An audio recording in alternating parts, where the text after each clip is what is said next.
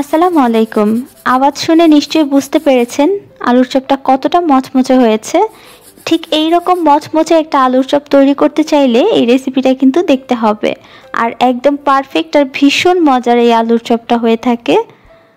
আলুর চপ বানানোর জন্য প্রথমেই আমি এখানে 1 কাপ পরিমাণ বেসন নিয়েছি, আর এই বেসনটাকে অবশ্যই চেলে নিতে হবে।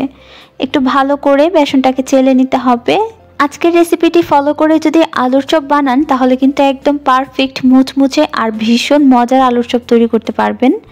তো এই বেসনটা চেলে নেওয়া হয়ে গেলে এর মধ্যে দিয়ে দেব 1/2 টিস্পুন লবণ, দিয়ে দিচ্ছি 1/2 টিস্পুন পরিমাণ হলুদের গুঁড়া, 1 পিঞ্চ মানে 1 পিঞ্চ যে লেখা আছে মেজারমেন্ট কাপে সেটা অনুযায়ী দিয়ে দিয়েছি বেকিং সোডা।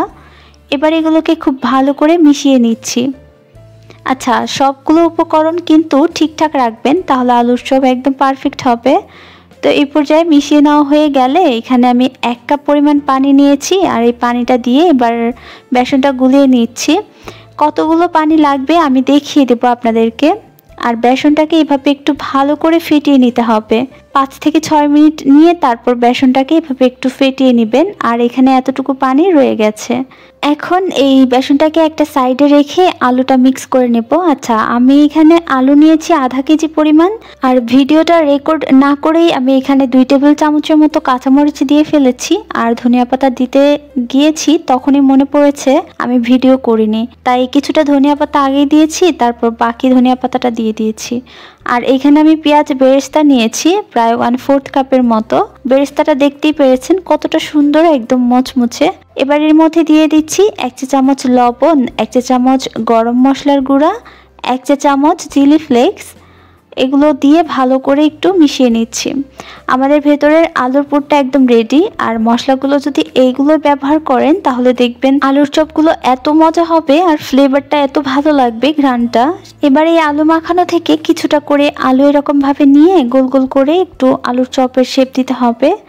যতটুকু করতে চাচ্ছেন আলুর চপগুলো ছোট বড় যে সাইজের রাখতে চাচ্ছেন সেই সাইজে করে এভাবে গোল গোল করে নেবেন। আমি যতটা সম্ভব আলুর পুরগুলোকে একই সাইজে করার চেষ্টা করেছি।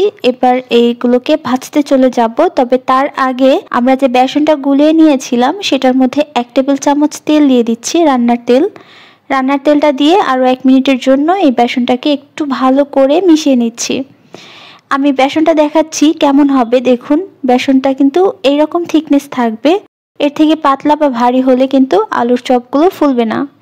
তো এবার একটা আলুর চপের পুর নিয়ে এভাবে ডুবিয়ে একটা কাঁটা চামচ দিয়ে ভালো করে তারপর গরম তেলের মধ্যে দিয়ে দিতে হবে। প্রথমে তেলের মধ্যে 1 ফোঁটা বেসন ফেলেছি, বেসনটা কিন্তু সাথে সাথে উঠে গেছে, দেখতেই পাচ্ছেন। তার মানে তেলটা একদম পারফেক্ট রয়েছে গরম। এই পর্যায়ে দিয়ে দিচ্ছি আলুর চপগুলো। আলুর চপ দেওয়ার পর ভাজতে কিন্তু বেশি সময় লাগবে না। একটা সাইড যখন ভাজা হবে তখন উল্টিয়ে দিতে হবে।